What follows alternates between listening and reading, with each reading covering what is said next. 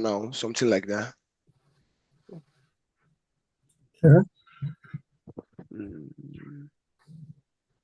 What is again? There's data quality policy that defines the standard for accuracy, completeness, and consistency of the data. That's good. Mm. What else again? There's data security and access control policy. Okay. Data security and access control policy. Absolutely. Yeah. Yeah. Good. So what does that mean? It specifies who has access to data. Okay. Yeah. And then it also specifies the authorization procedures and requirements for securing data. Okay.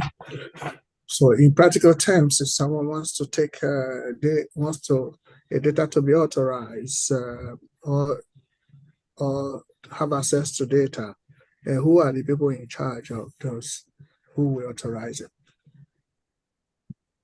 You can phone a friend. I thought that was HR. Would it be HR? James? Yeah. Who will authorize data access? Mm.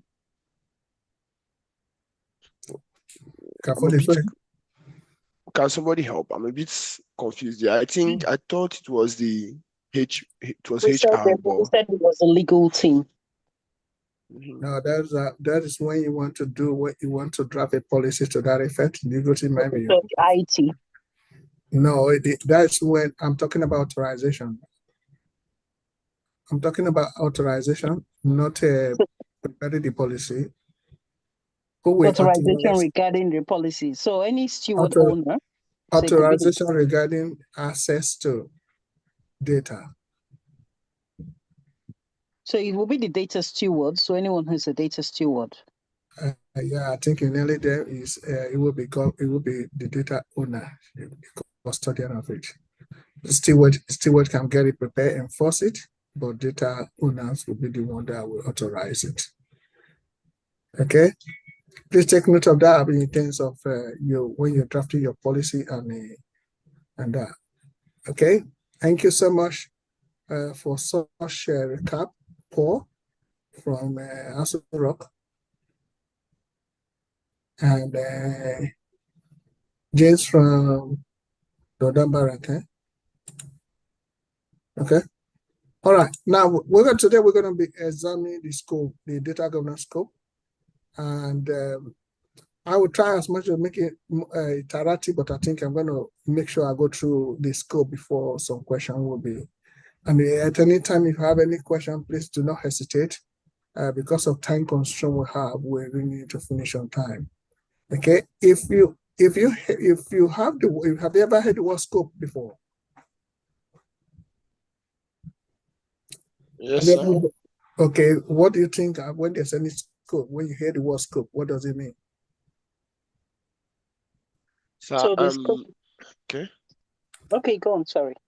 Okay.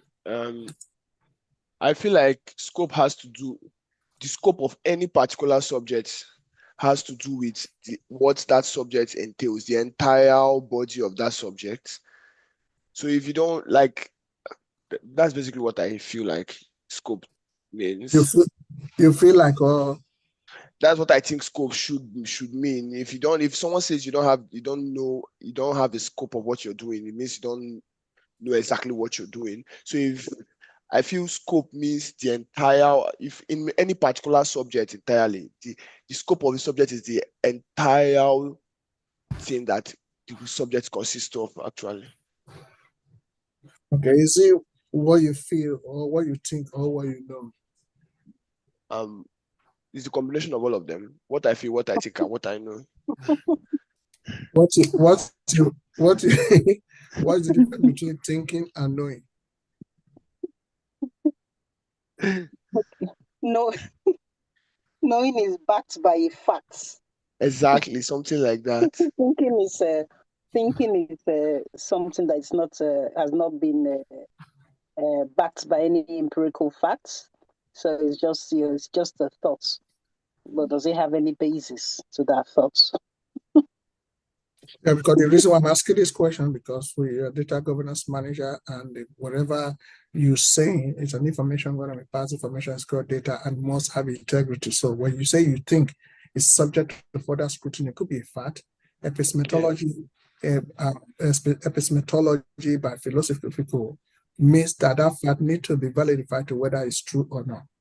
Okay, so on that basis would be that knowledge. So you got the definition, but I would have wished you to say what I know. So your knowledge can change anyway with respect to the light made available. So now, any other person to help Paul? Thank you so much, Paul. One person say data scope, James, data scope cover the system in collected and stored in the process or whatever. Another person? Yes. So what is included or excluded is what will define the scope. It will also include the goals and objectives. For example, what is in the scope of this data governance training we're partaking in is covering everything. Well, it's covering the entirety, at least to some extent, of everything that we are, of everything data governance, everything we're meant to learn in data governance. So it's covering the range of the whole thing. If it's the introductory part of data governance, it's going to cover the whole scope in data and introduction to data governance, or if it's data governance as a whole, it's going to cover everything. So it's going to clarify what we're expecting. It's going to focus on what resources, progress in construction. We say the scope covers everything from project initiation to commissioning, testing, and handback. So everything inside it is called the scope. So it could include surveys, it could include the construction itself, it could include the materials, everything, basically. Yeah, the same thing that, thank you so much, the same that Paul has actually highlighted. So I don't want him to use the word I think. I wanted to say, to my knowledge. So, because people will know that you know what you're talking about. And if that knowledge have to change, it will be different light. So is that understood, Paul? Because you're so yeah. So data governance scope is more or less like the structural overview. That's what it means. Anything talk about scope is the structural overview. So the scope of a data governance is defined as the boundaries and the extent of an organization data. So the overview of data governance and that which include the initiative that is carried out, ensuring that it is focused and manageable and aligned with strategic goals. That is also always a scope. So that is always a scope. Every scope has boundary and the extent of which the initiative can carry out and ensuring it being focused and manageable. So if its scope is not pointed out, then you can have a focus and direction aligning to strategic goals. So in most cases, in any case, your definition is on point anyway. So, and in this, we're going to be talking about a lot of domains and data assets as core components of data governance scope and the stakeholders, the process policy. So I think let me just write on with what we have now. Is that okay? Yes, sir. Yeah, thank you. Okay.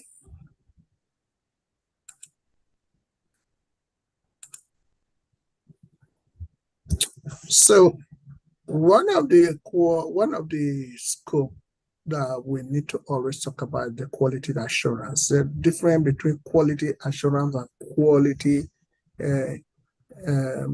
policy. Sorry? Quality policy. Yeah, policy is a policy. That's a policy. Policy control is different from quality assurance. Okay? Yes, yeah, you can control the quality, but can it sustain over the time that there's the insurance of that quality that you have controlled? So quality assurance is about setting up and tracking rules to ensure and maintain data quality. So the word there, maintain, is very important. We have already ensured that the policy is there. Okay, quality is there, but how will it sustain it? How will it be sustained over a period of time, or how can it withstand the tens of time if there are variance going on or in terms of business? So the quality of data must be ensured. For example, the quality of data you may have before COVID-19 could be used as secondary data, but when after COVID-19, don't you know the data may change? Hello? Yeah, hear you, sir. If you use secondary data, Absolutely. yes, thank you. If you're using secondary data in your domain or any enterprise, you use it for fintech or marketing or whatever, like Master Spencer or Primark, or which shop or what kind of shop you have in Nigeria, ShopRite. So ShopRite. so if you have a data, existing data, we'll call it secondary data, okay? And you use that to, after visualizing, and you will have a domain to which you take decisions. So now, if you have a domain to which you take decision, and then after COVID-19, do you think those data will be effective, will have very high quality? No, there will be a Is there any assurance on those data? No. Good. So those are the things that we always need to, there must be maintenance of data, whether the data, that quality still exists or not. So if it's not exists, you have to carry out another, survey or maybe questionnaire or whatever, collect new data in order to validate the existing or whether it's still remain, So the assurance must be there.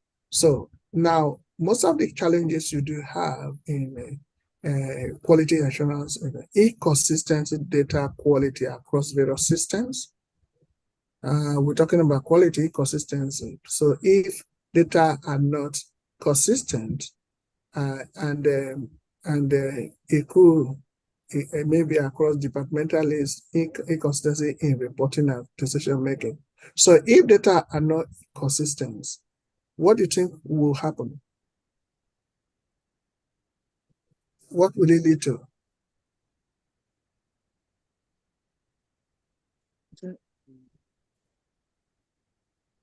It could lead to financial implications if data is not consistent across board. Yeah, I quite agree. Could lead to what? Financial implications. Yeah. For the organization. As a result of what? As a result of the inconsistent data. Yeah. So for example, I would give in an organization where people have left the organization, say they have often left or something's happened where they are no longer part of that organization. That data remaining and HR, the Human Resources Department, not being informed that those people have left, they will then go on to still be paying those people salaries. Of course, that is not cost effective for the company, because when you're paying salaries to people who have left the organization, what happens? It means your salary is just going down the drain for work that has not been done. So that is an example of where data is not consistent abroad, when no one has, maybe the left hand is not talking to the right hand, and then that's what happens. Okay. So that's an example. Absolutely. Any other example?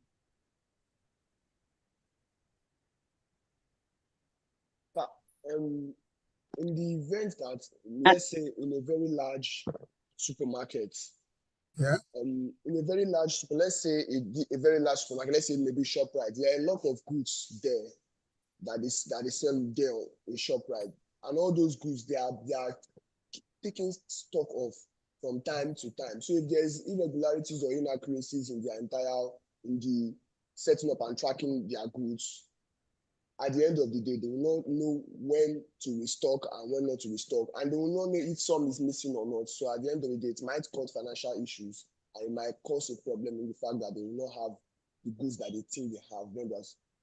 Exactly. Absolutely, Paul, you said it right. You just complimented what Ife mentioned.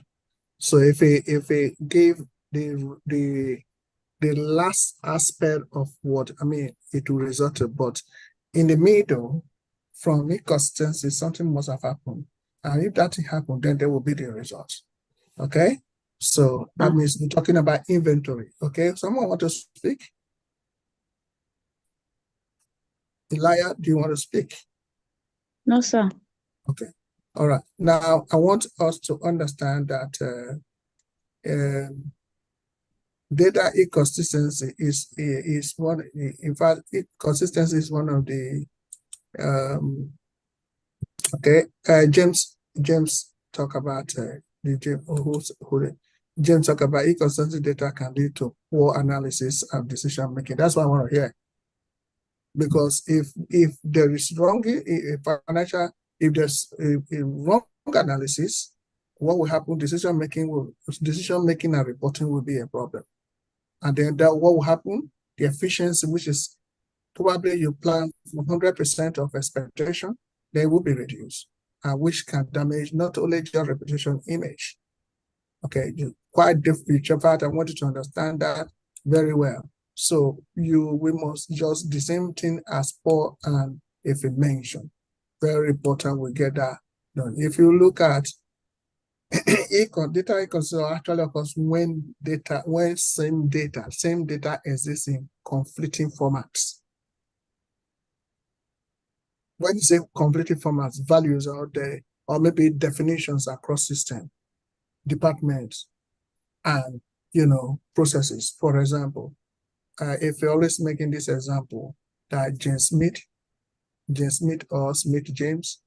So, and if it's okay, look at it. What will happen first is that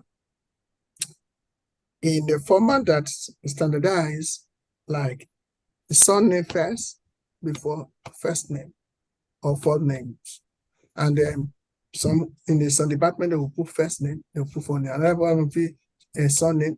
These are inconsistency within organizations, and it has a lot of implications. And the causes of that is because there's silo system like data stored in disconnected system.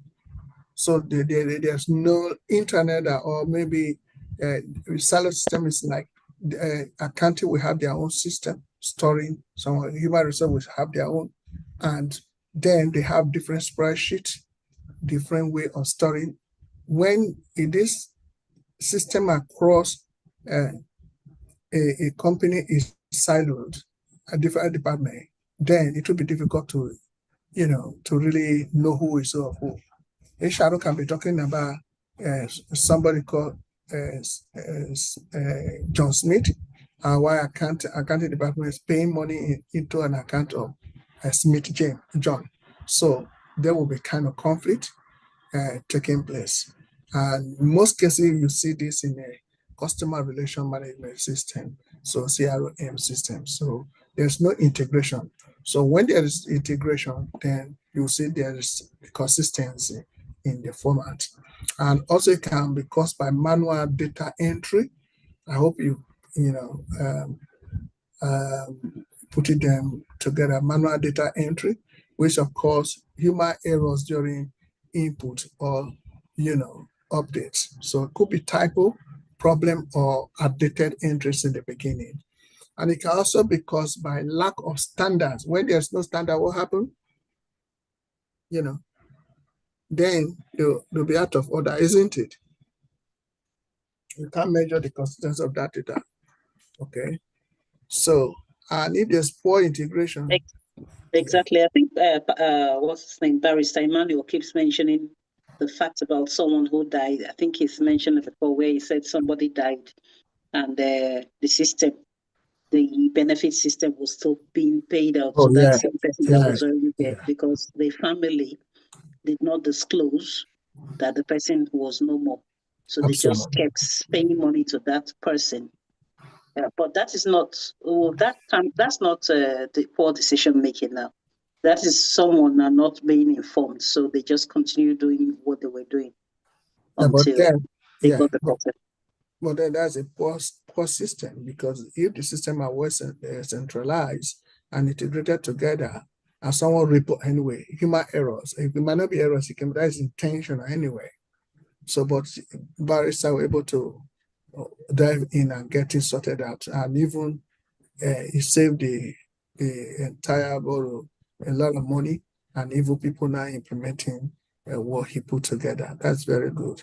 I can't forget that, and we're not forgetting that those who pass through the data governance training, very important. And you people have mentioned the implication of implication, and there are a lot of implications associated with it. So number one could be operational impact, waste resources, time spent reconciling conflicting data to make them consistent. There are process breakdowns by having an error in billing inventory, like as well, Paul mentioned, customer services. In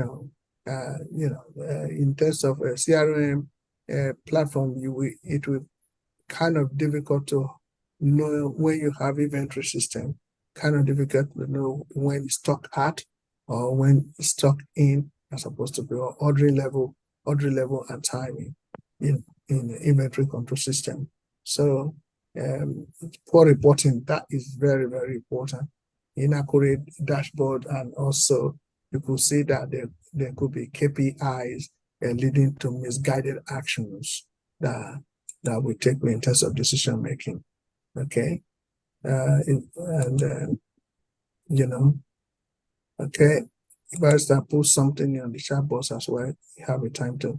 So we have a lot of maybe as we begin to go, we're going to be talking about some of the examples and how we can mitigate against them. Okay. So there was a recent incident in Nigeria about UME, what used to be called JAM. Okay. Yeah, where there was according to the authorities, there was a glitch in the system where a lot of students failed the UME exams, so they didn't get to the cutoff marks or something like that. So they said it cut across the board in Lagos and I think 2 other states was what happened in the UME exam.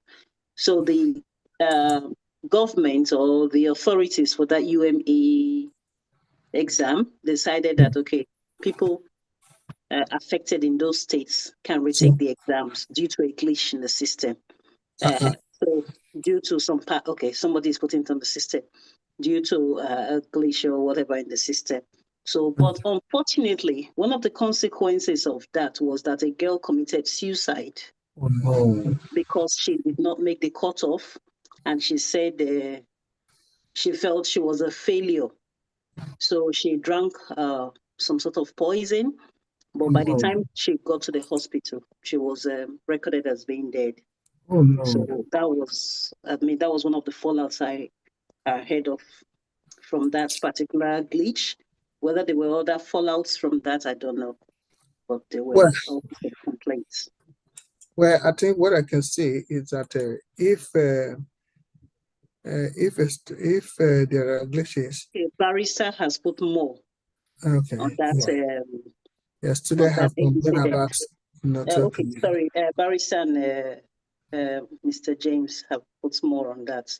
I said Lagos and Eastern States, and from lawyers from the NBA have sued the UME, which is former JAM, and students have complained of not being able to log into the computers, questions not showing up on power cords, making it impossible to take the exams.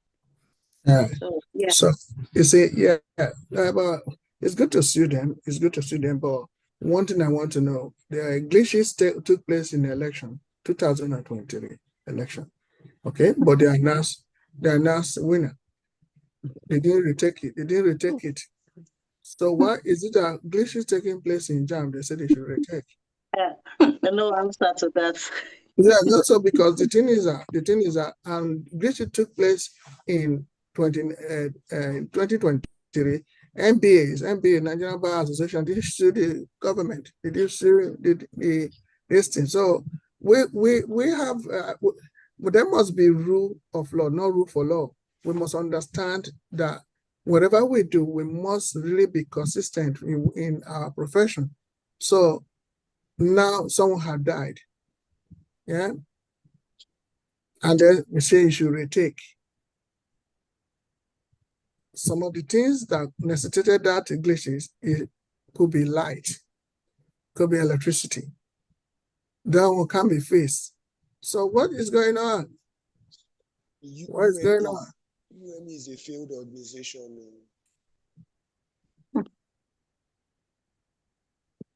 I feel the UME is a failed organization. It is a very relevant exam. In fact, James exam. James, all of this, you know what James put there. Only God know what James put there. James need praying for. English people, okay.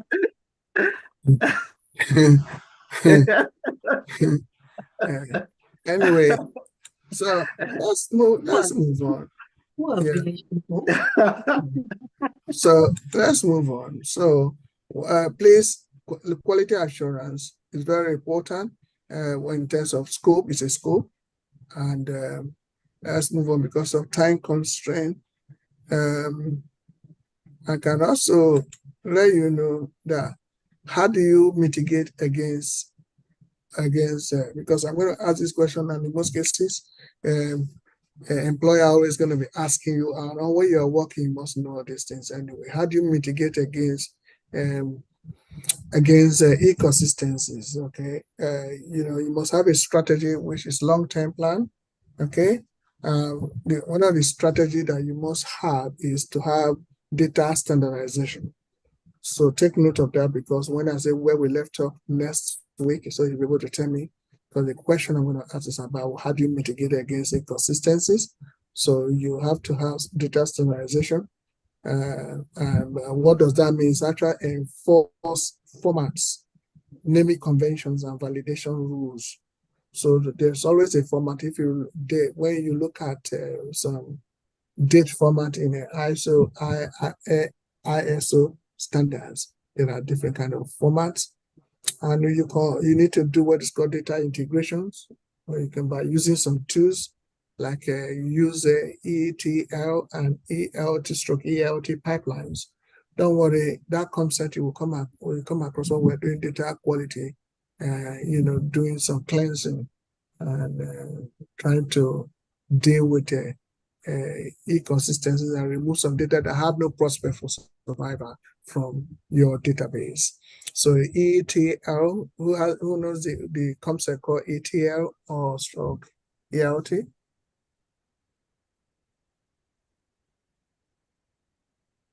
Does anybody understand the word? The concept ETL?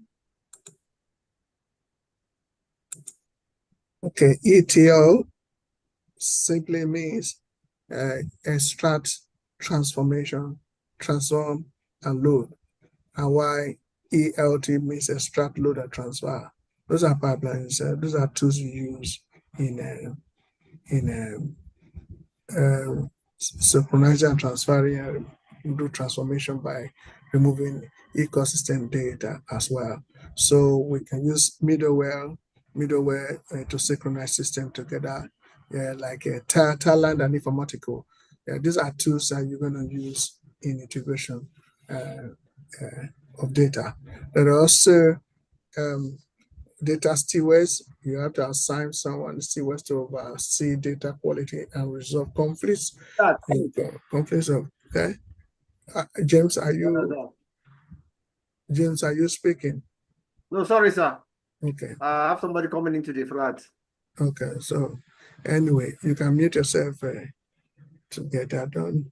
So we have, you can also use master data management, MDM, have an initiative to create a single source of truth of critical entries like customer and products, okay? And you can also have an automated validation system by implementing real-time checks when there's inconsistency. As soon as you type it, the format will tell error is a date of birth first before month, not month before birth. So all those things, if you have automated. Sorry to interrupt. I wanted to talk about that concept of ETL, extract, transform, and load. So somehow or the other, a lot of us still do that even in our own heads or in our own homes or whatever. Say, for example, you read something on a blog or on any social media platform. A lot of times you take what you want to take from that particular social media platform. Sometimes when you've extracted it, you transform it. What do I mean by transforming? Maybe you want to talk about it again, or you want to reload it on your own page. You don't write it word for word so that it will not be deemed as copying. And then you load it onto your own page. And then you call it news, or what the bloggers call a new blog. So they've extracted what they want to extract from main news lines or news groups. They transform it, and then they load it to suit themselves or suit whoever public they are giving to. They can have, we can also have, add some information to it to make it more useful. Sometimes, not only unifying it to be more useful, okay, that's very good. After the automation, to validate any kind of real-time check when there's something, you can also do what's called the framework, the framework of data governance to it, like align every strategy with respect to inconsistency, align it into the policy and the rules and tools of data governance scope as well. So very important. Okay. All right. So thank you for that. And data protection. So when you talk about data protection itself, you're talking about ensuring the data security and safety of all data, tracking who has access to it and how is it being used. So data protection is actually made up of both data security and privacy. So privacy, talking about the rules and regulations in terms of compliance, while security talking about access to authorized or non-authorized. So it's very important. So when you put the two together, that's what it made up of data protection. So those, in most cases, you are actually protecting an information that is very sensitive, information that is very, very what? Sensitive. Can you give me an example of that? Hello? Hello, sir. Have you heard of data protection before? Any example? Yes, sir. Yeah. Any example of data protection?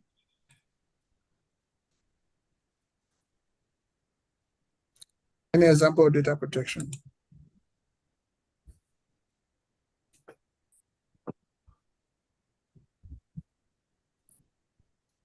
Hello? Sorry. Have you protected data before? Your barrister, your hand is up. Thank you. A very good example of data protection. It's our mobile phones. Okay. Our mobile phones, we try as much as possible to protect our data. We could password it. And also we know of encryption, in terms of, I think when we talk of protection and security, they go hand in hand in data. Thank you. Thank you so much, barrister. Good to hear your voice on that. Any other person? Yeah, data protection is about privacy, which involves safeguarding. Like I work in the health sector, data protection is about protecting my patient's information, all about the patient. I can remember there is an incident that happened because most times I work in the discharge lounge. So I totally forgot that I was on phone taking information about my patients, and I was trying to do a video of myself. So one of the worker from the pharmacy was there and he noticed. So he pretended as if he was coming to take something from the printer. And after the call, because I was trying to check my phone, I thought I was taking a picture because not unknown to me, it was a video. So after the call, I quickly stopped the video and he now said, do I know what I just did just now? If I've learned about data protection. So I was trying to explain to him. He said, no, he's going to report me to his boss. So at the end of the day, I deleted the video in his presence that, see, I was trying to take a picture, not knowing that it went straight to videoing. So I think that is all about data protection, protecting your patient or whoever is involved, their privacy or information regarding them. I love that explanation. That is so straightforward. And, I love that. Yeah, that's a typical example. You're speaking from experience straight. Yeah, that's good. Another example of data protection is most of us that use WhatsApp. Whenever you begin a new chat, you see that message or that prompt that tells you that your chat with this person is based on end-to-end encryption.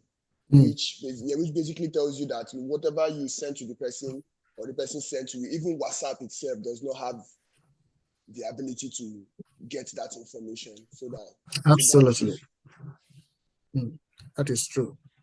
Thank you so much, Paul. I like your if I just like all of your involvement in this. If I have my time, I will spend 8 hours with you people today, but we don't have time. That's just the thing. And don't worry, we have much time later in terms of when we're going to prepare people for interviews and apply them. Okay, Barrister, your hand is up.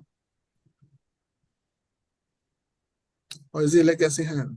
Oh, no, thank you. Yeah, I was going to say a very good example. It's when we're working or at work, even at working from home.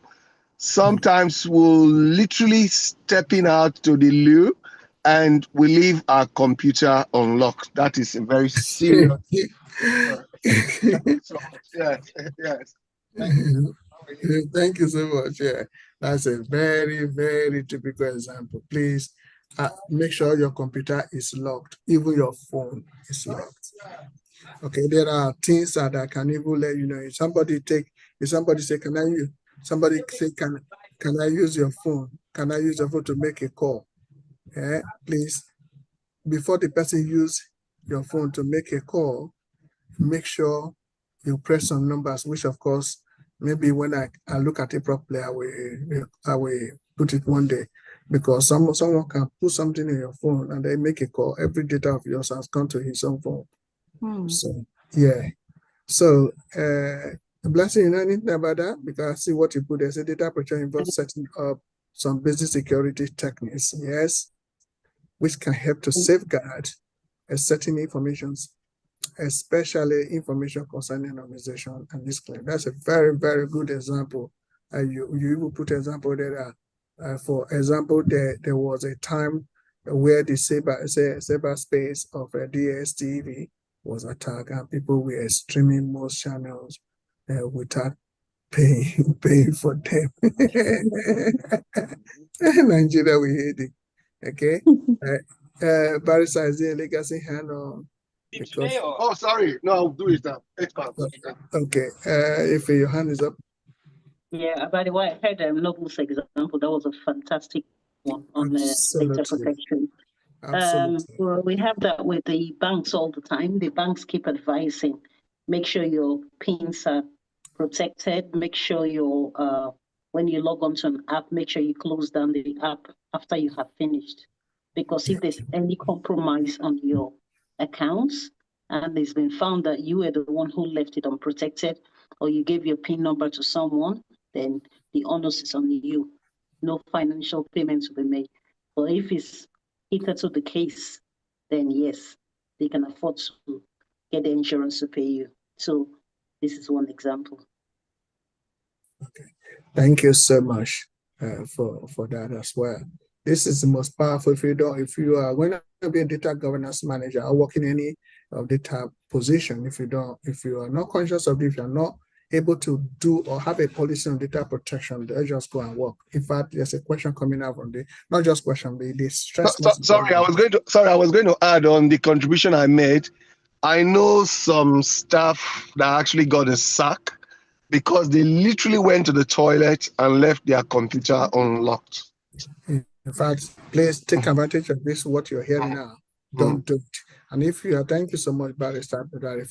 If you are a data governance manager, you are the one governing the data and you are managing the data. So everyone is under your, they are also your subordinate, and you're having a program of data. We went through the components of data governance. That time we're talking about people, talking about strategy, process. We talk about standards, and also talk about socialization. Talk about we talk about communication and KPI, and then talking about tools. So in all those components, please make sure you secure every aspect of what you do. Otherwise, it will compromise, and then data will seriously have an integrity problem. So if is that a legal thing or what? Sorry, even when working from home or when you're on the train, in fact, one has to be conscious at all times, because at the end of the day, you might be having access to millions of service user or customers' details. So it's very important that we're very conscious and safeguard other people's details. Thank you. Absolutely. So I want you to understand that data protection is a critical pillar of modern business operations. I want you to also understand that it balances compliance, security, and ethical responsibility. When you talk about ethical, the moral guideline that governs, that governs every behavior in terms of individuals or group of individuals. In this context, will be enterprise. So, by actually really kind of integrating technical safeguarding like encryption, the enterprise policy, training, governance, and proactive risk. Proactive risk management and organizations can mitigate against breaches and avoid penalties, and also build stakeholder trust. Otherwise, they're going to be risk and non-compliance issues that may lead to not only reputation, there will not be integrity.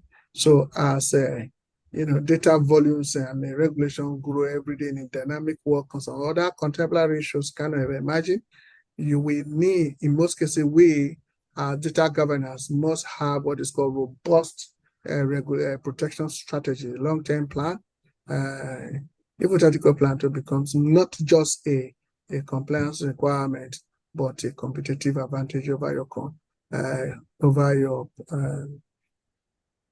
competitive where you have having a competitive edge over your contemporaries as well. So it's very important, So is that understood, everyone? Is that understood? Yes, sir. Yes, sir. Very important. So very important. Don't forget, I'm going to ask you some questions with respect to challenges and the risks that how you can mitigate against them. So I'm going to ask you some questions on that when the time comes. So, okay, let's move to the next one. Okay.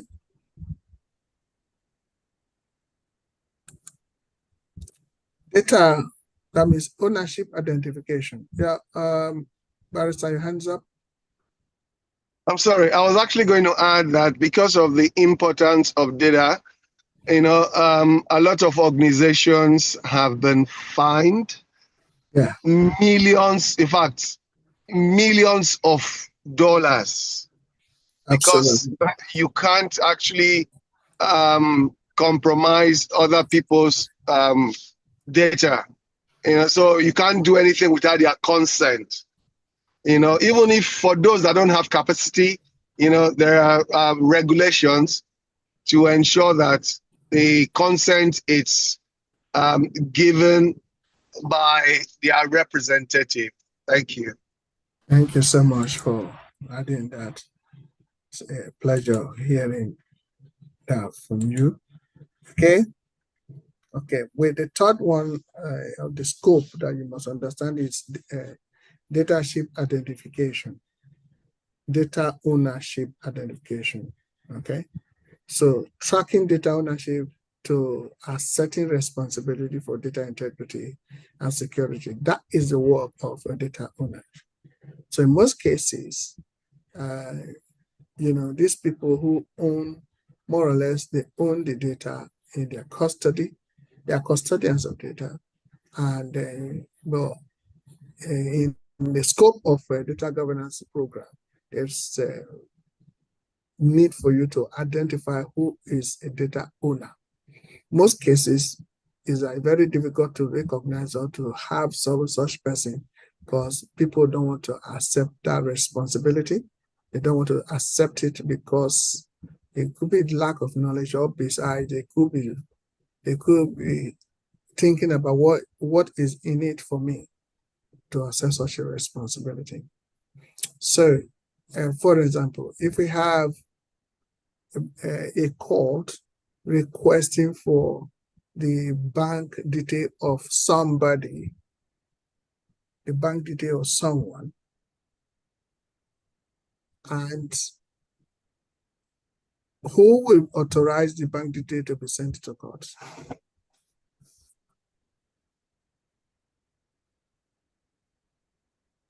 If they're asking for the bank details of someone. Yeah, if court requests for bank detail of somebody, who will be responsible for such? Well, it's supposed to be from the owner of that detail. Okay. They are the ones who are supposed to authorize it. I say supposed to because it depends on the gravity of the situation. I mean, if it's someone involved in drugs, you will not be authorizing anything because they will take the onus on themselves to make sure they get it from the bank.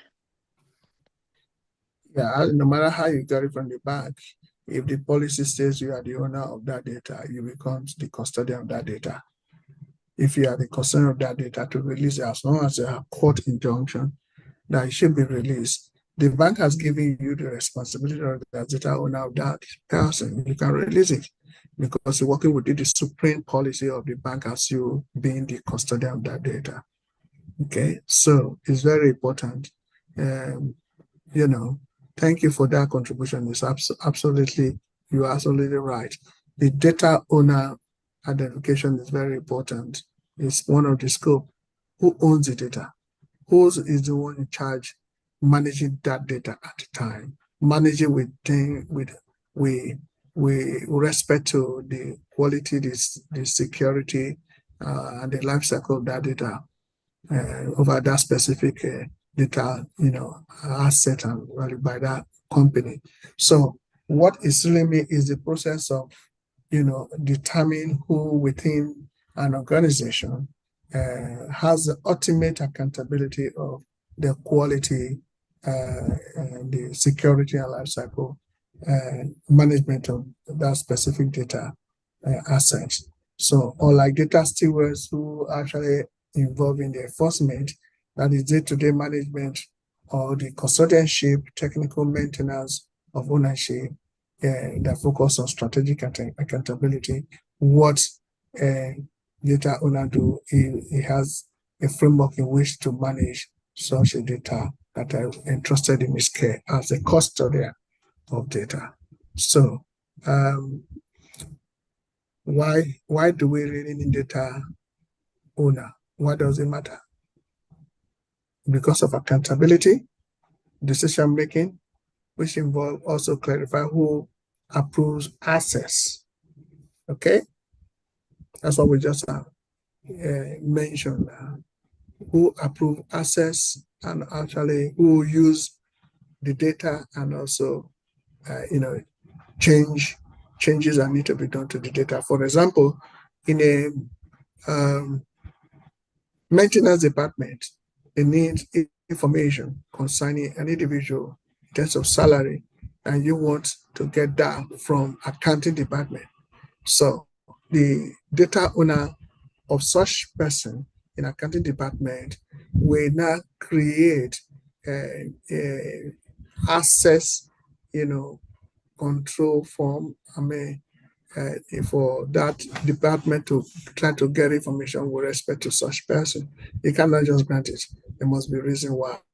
So yeah, you have to clarify a lot of things. So, and in order to avoid not compliance issue, you must align your responsibility with the regulations that is ongoing within the jurisdiction where you operate in terms of Europe and England. They have GDPR, and also in Nigeria, I don't know what is the control there. In US, especially in California, we have HIPAA, PHIPAA, that's in terms of health insurance. And we have different kind of regulations that are available across the different countries and also continent as well. So you must comply within that, especially when you are drawing a policy from such rules and regulations that are happening. Then you must make sure they align with those policies from your company. So they also resolve conflicts in terms of data that take place. So I have a lot to talk about that, but I want you to know who, as part of the company, have a scope that you are always going to be,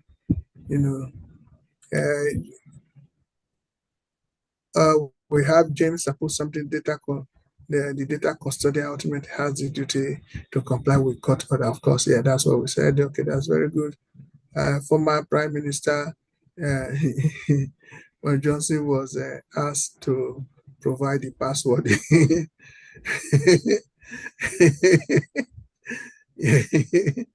yeah, so it's very important.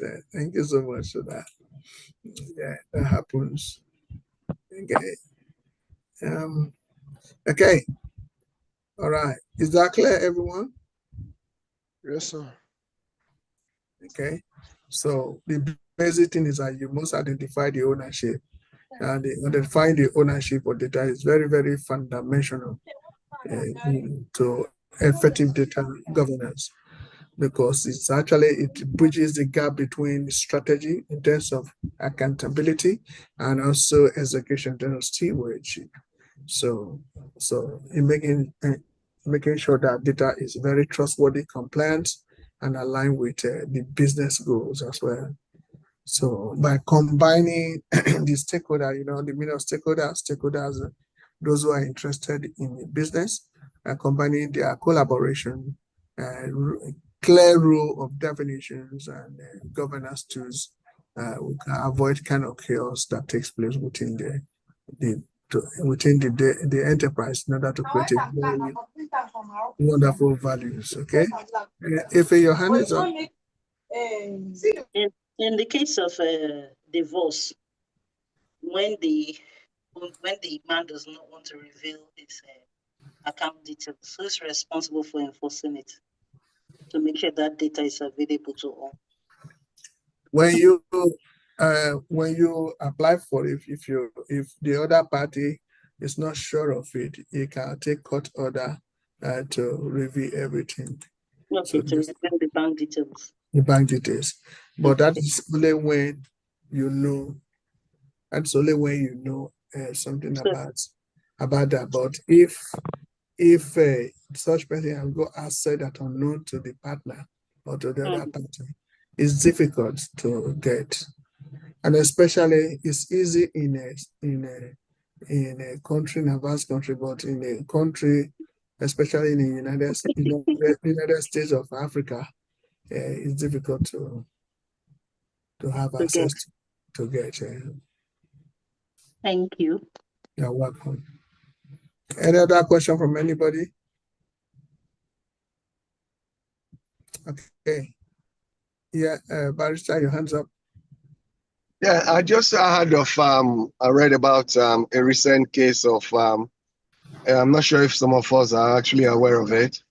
A woman gave birth to twin baby, and at the end of the day, the doctor in the hospital told them that one of the babies died, and lo and behold, the woman that had the baby found out that the doctor actually gave the so-called dead baby to his wife, and there was nothing. Yes. You know, the woman actually saw the baby and said, "Oh, are you the doctor's wife?" She said, "Yes." And she was just, "Oh, you just had a baby." She said, "Oh, I had a baby about 6 months ago." And lo and behold, the God that actually saved the situation was these twin, they were identical twins. So you couldn't even tell the difference between both of them. It was when she asked the lady to remove the cap or hat that the baby was wearing. And also because our own baby, the baby that she came with was wearing a particular clothes, that was when she was able to tell the difference. So you can imagine what people do in the reason I'm actually saying that because Pastor was mentioned United States of Africa, USA. It is really sad what is happening there. Doctors that are meant to be custodian of when it comes to ethics, you know, you call the doctors, the lawyers, and some other professional. It's really sad what is happening there. For those people, for those of us in the diaspora, what can we do? I understand that in the past we've actually had some contract, but because we told them that there's no way you can bend or compromise the data, they didn't give those contracts to us. So what can we do going forward? Because it's Yeah, really sad. It's a shame. yeah, in a developing country, we will keep on knocking at doors. And I can just give you an example. I have two researches I'm making, and after the two are going to go to for publication for international journals as well. Those researches are focused on Nigeria, and we tend to, because I'm very passionate about that, try to not just develop models, but also make some powerful software out of it. So we can keep on knocking at the doors, keep on knocking at the door until someone will listen, you know, because people's ideas are conditioned with their social and economic environment. Some people don't listen because they have economic problem. Some people don't listen because they believe of their social class. And not all social class want to look at. They resist changes because there are so many to what is this change? What is it for me in this change? Some resist it because of their personal desire, and there's no classless society. So if we have all the class now have to create more awareness and also have that imbibed in them, then they will know that it is imperative that we should carry out some of all these things out. You know, again, one of the primary things that affect those kind of change and people resist change when you talk about this, especially in the social class, it's not connected with the fact that some people are human people, they're not being human. So this is what it is. So they want to collect what they want to collect, and they forget about whether somebody existing or not. So this is what matters. But let me summarize it. We'll keep on knocking at the door. One day the door will open. And once it opens, change will take place. So we need to communicate the change. And when we are communicating the change, we have to be precise, concise, and actually clear. And there must be consistency in the communication of what we do want to put across people. But someday, some people will have it clear and get it done. And why I also say people's ideas are conditioned with their social and economic environment. When people are starved, instead of them to maintain their integrity, when you give them 10 naira, they'll feel jump and say, hey, Shemo, all that kind of thing. They forget what they're supposed to do. So, and what such people who do not want change to take place and they are elite, they first of all have to starve you so that when they give you food, you become theirs. And they don't know that in terms of crisis, you can get the best. So I think it's awareness, more awareness and more discipline by all stakeholders. So see that we can get. You just imagine that in United States of Africa, there's a country called Nigeria.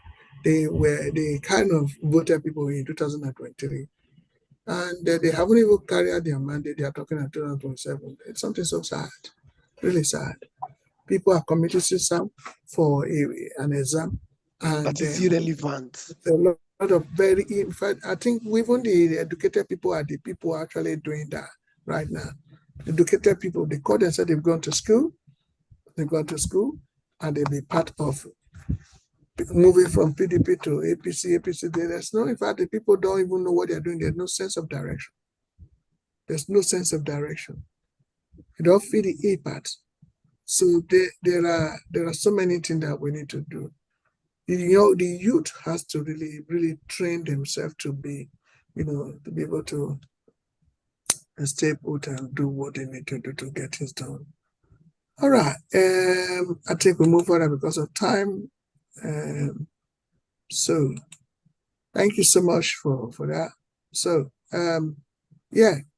So we mentioned there is another component, another scope. This is actually data governance software selection. You want to govern, you want to manage, you need to select data software. The software are very, very key. Selecting the right data software requires looking at the needs of the enterprise, the company you want to, in terms of capabilities, tool capabilities and compliance requirement, and the kind of scalability. Scalability means that if you are migrating from one platform to another, so it requires that. So you must have so many things to look into. You look at the compliance of the compliance security issues, whether this software does it conform to GDPR or CCPA or HIPAA. So, and on that basis, look at the automation principle and practice of policy enforcement and all the trials of such, and the role-based kind of access control you may have, role-based. So in terms of looking for encryption of data and data masking and anonymization, does it have this feature that you want to perform in terms of your privacy and security issue and authorized access? So you look at those tools and those software, whether if is software in compliance with data lineage or kind of cataloging, choose tools based on providing end-to-end lineage, track in terms of history, or visualize detailed kind of flow when you want to visualize your data, in which where any stakeholders, especially business analysts and chief executive, will have a domain to which they can take decisions. You need to have a software that are able to have data lineage and cataloging. And also, you need to think about the automation and scalability, which I may mention all the time. The basic thing you must think about is that the key features and best for what kind of enterprise that I have to update my system based on that and give you. Would you like to have a literature to that effect? Yes, sir. Yeah, only one person. Okay, I'll do Yes, that. sir.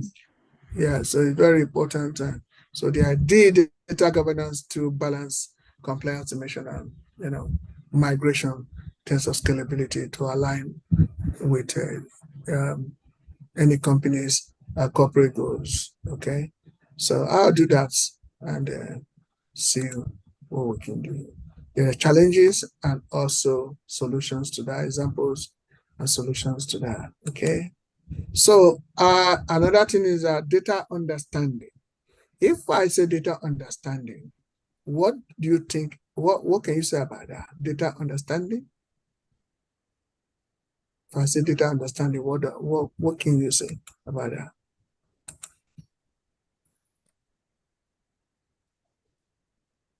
If I say data understanding, well, what can you say about that? So understanding what data is all about, its usage, Yeah. how it's used, Okay. and any issues that arise from the data. Yeah.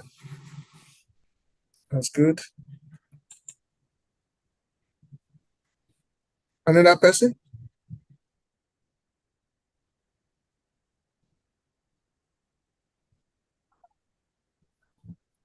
Another person?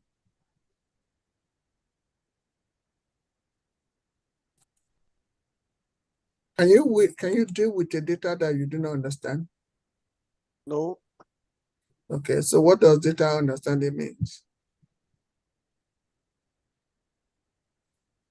So it means gaining insights or knowledge from the use of that data. Absolutely. That could also be. Mhm. Yeah. Yeah. Another person? What is the meaning of understanding?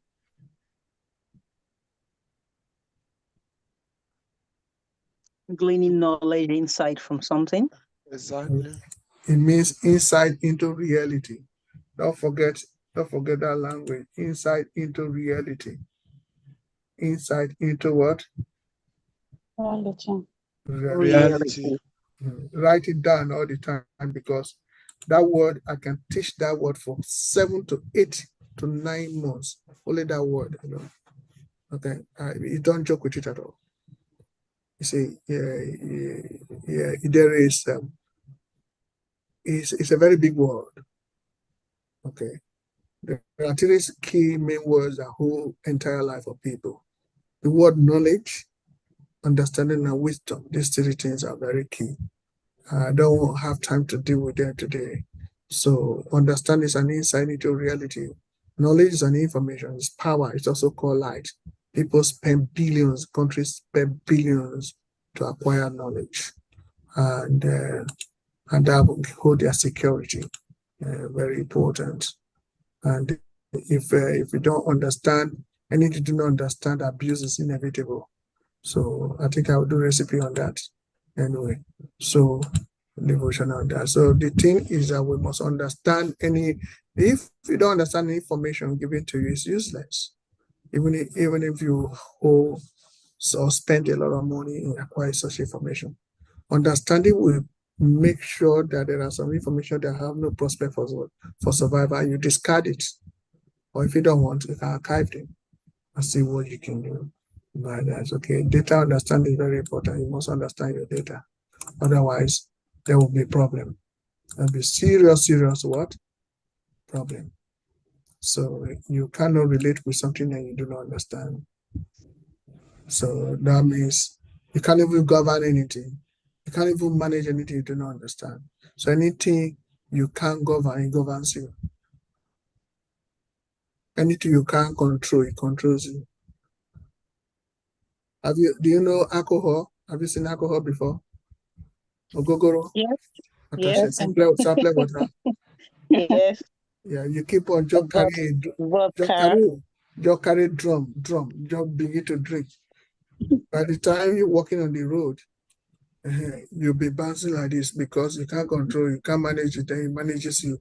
When you see pit there, you have seen people falling on the gutter trenches, and even fall on the road because they cannot control alcohol. The alcohol started controlling them. Okay. So if you cannot control, because you do not understand what you're supposed to control, then all governs, then it governs you. That leads to very poor insight because there's no proper insight into reality. So the insight gain from the data made available. So data understanding actually transform raw data into strategic asset. Okay, by actually clarifying the structure of the data, the quality and business relevance of that data. Okay, how do you do? You combine both the profiling of the data and knowledge mapping, and also stakeholder collaboration. Then the enterprise can build a trust on their data and drive better decisions. Okay, so you pair these efforts with modern tools like Calibra or Atom to scale the insight into reality across complex ecosystem. Ecosystem may be different kind of system put together by integration, or you can deeper exploit kind of framework like CRISPR DM methodology. Yeah, you don't worry, you get into that, and IBM's data fabric approach. Use them in have understanding your data that you're going to use. Okay.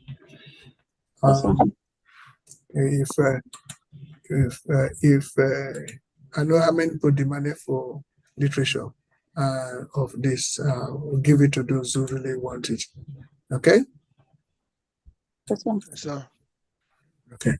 So I think probably any question? No, sir. Okay. So I wanted to have there's another if it was mentioning the usage day of data last time. So it's very important that you understand the data tracking. Okay, data tracking usage. What if you have that concept? What do you understand by that?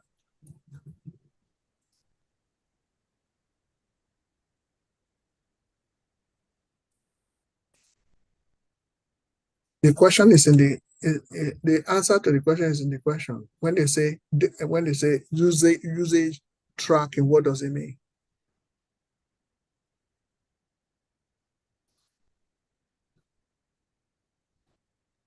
It says maintaining an audit trail for creating data, and reading and deletion with the capability to search the trail and spot unusual usage pattern. In other words, looking at probably the history of that data that was created, reading it, and anyone who's deleted it or anything. In other words, you go through the records to see where changes have been made or where changes have been deleted, where things have been deleted. That's good. That you're spot on. Thank you so much. And on things like Word and Excel, you actually have a tracking on there on the menu bar where you can track anything that has been deleted or any history on the documents. Thank you so much. Thank you so much. Any other person? Any other person? Okay, now I want us to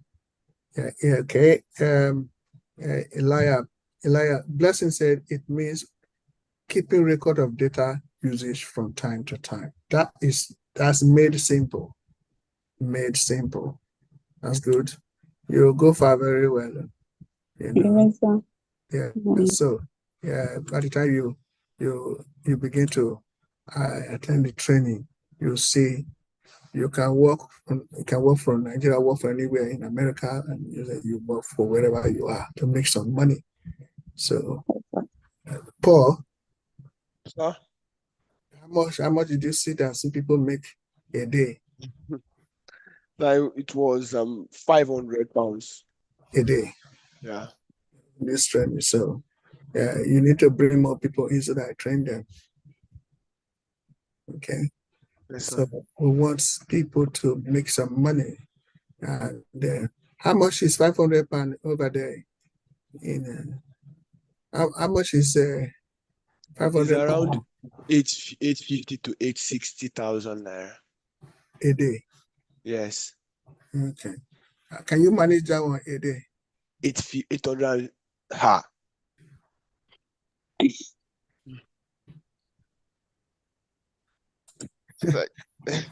Somebody can. Are you serious? Are you shook? So are you serious with the question? What am I serious? Yes. Let me tell you something. There are some people here that are some people here. £500 is £500 is over 1 million. That's what I'm telling you now. £500 over 1 million. And Can you imagine? there are some people here, any 6 figures in this place as we speak. And there are people who already be trained having that. So, okay, with time, some of them will be training you, and you can work from home. Okay. Okay. So at the end of the day, if you want to be any that, why don't you tell your friends to come out for training? Okay. Yeah. So anyway, I want all of you to understand that it's not about the literature you just see here right now. It's about you carrying it out practical as if you have got experience of 5 years before you start working. Anyway, before you go for interview, we're going to prepare you for interviews, prepare your CV to make sure you're there and get everything. Speak like an experienced someone. Speak like someone who have gone through this training. So data users tracking is actually a pillar, is a cornerstone of modern data governance. Okay. So yeah, it enables any company to balance security, security, compliance, and actually operational, efficiency. So it's very important that we get that clear in our, and it requires best practice. It's also going to be best practice, so that you must understand. The challenges are very important. How to mitigate against it. It's also, I'm going to put them in literature across to you. Is that okay, everyone? Yes, sir. Yes, sir. Okay. Yeah. So I have 6 minutes to leave here. And so I just want to touch only one aspect of it, and then we close for the day. Okay. So now we'll look at workflow management automation. What does that mean? What comes to your mind?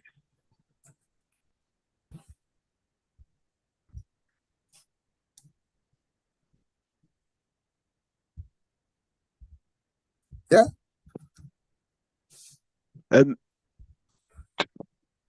Truthful, I did not have any idea, but looking from the explanation, I can say it means creating a pattern on how you'd for your data, on how it will be discovered, archived, and deleted. Okay. Any other person?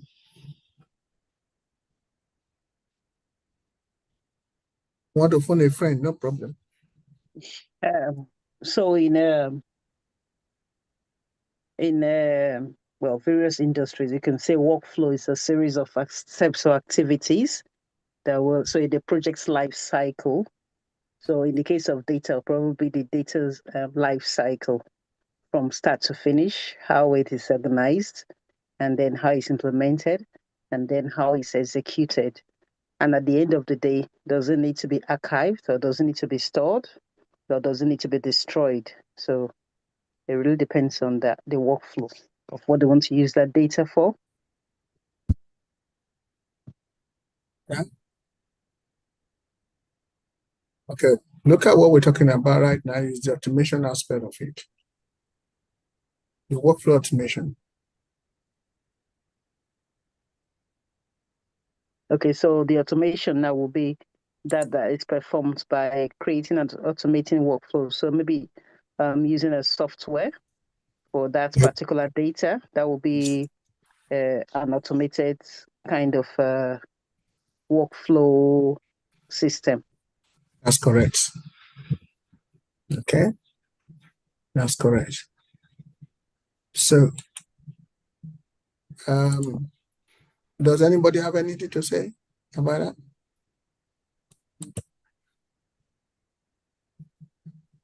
Sir? Has anybody anything to say about Yes, that? sir. Okay. Can you say something about it? So, hello? Hello? So, for example, in customer service and customer service environment. Oh, okay, let me use an online order. When you place an online, so the automation starts from when you place an order online. The customer, you as a customer, you would place that order. Say you want to order a pair of shoes or something.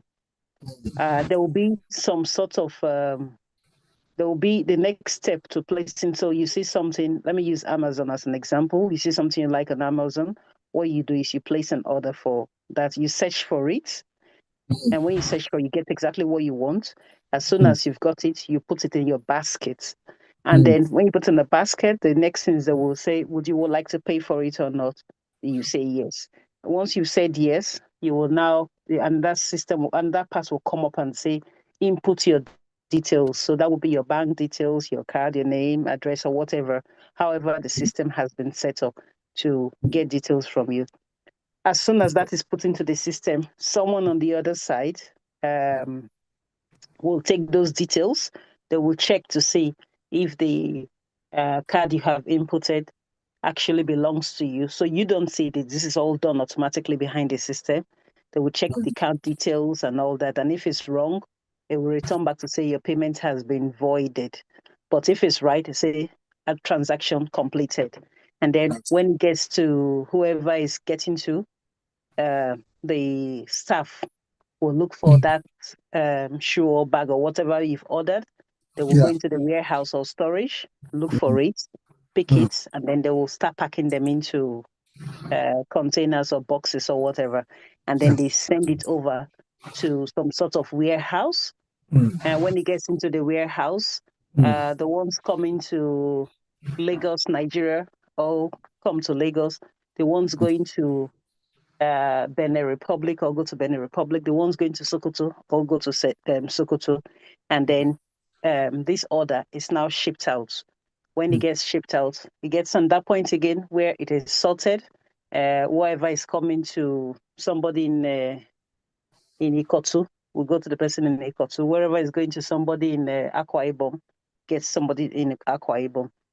When it gets to your door, as soon as the DHL or courier or whatever that company organization has used gets to your door, they will say, can you give us a signature, or can we take a photograph of you to say that we've actually delivered to you safely? That is it. So that is an example of a workflow. Okay, So all these things are automatically done. Okay. Thank you so much. Thank you everyone that contributed. Yes, I'm gonna close here now. This is exactly at 3:30. But before I close, I want you to understand you have all contributed immensely.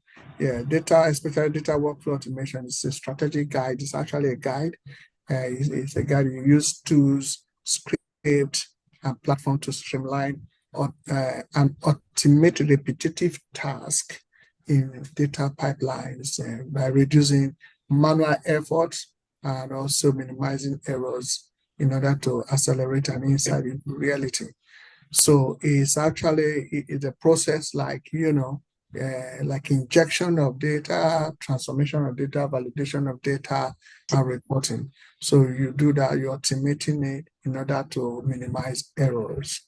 There are so many tools you can use, so it has a lot of components, and the description of each of the components you need to use in them has a lot of benefits in terms of speed, accuracy, scalability, and cost saving, as if you have explained as well, and compliance. It helps in making sure there are compliance, and there are tools to use, and in which case would you use such tool. Yeah, always there are key automation use cases like ETL and ELT. If you look at pipelines, if you look at the platform chatbox, if it puts a few things out there, and then also it helps in ensuring that there are data quality monitoring taking place in terms of if there's a variance from the quality standards, it will be automatically alerted. Send an alert to whoever that controls whoever who is the data custodians, who is responsible, the stewards who is enforcing the data, and also reporting generation in terms of when variance and then there will be reporting system. They can use even reporting tools or to automation tools like Python and Pandas and also Tableau. Those are kind of tools that you can also use. So thank you for coming, and it is my pleasure seeing you today. I don't know if you have learned something today. Yes, sir. We've learned a lot. Are you sure? Yes, sir. If I tell you to do a review now, will you be able to send a message on the WhatsApp group for the review of data governance? Yes, sir. Good. It's only one person that says yes, I did that. So I'm not sure of. Will you be able to do that? Yeah, everyone? Somebody's Mr.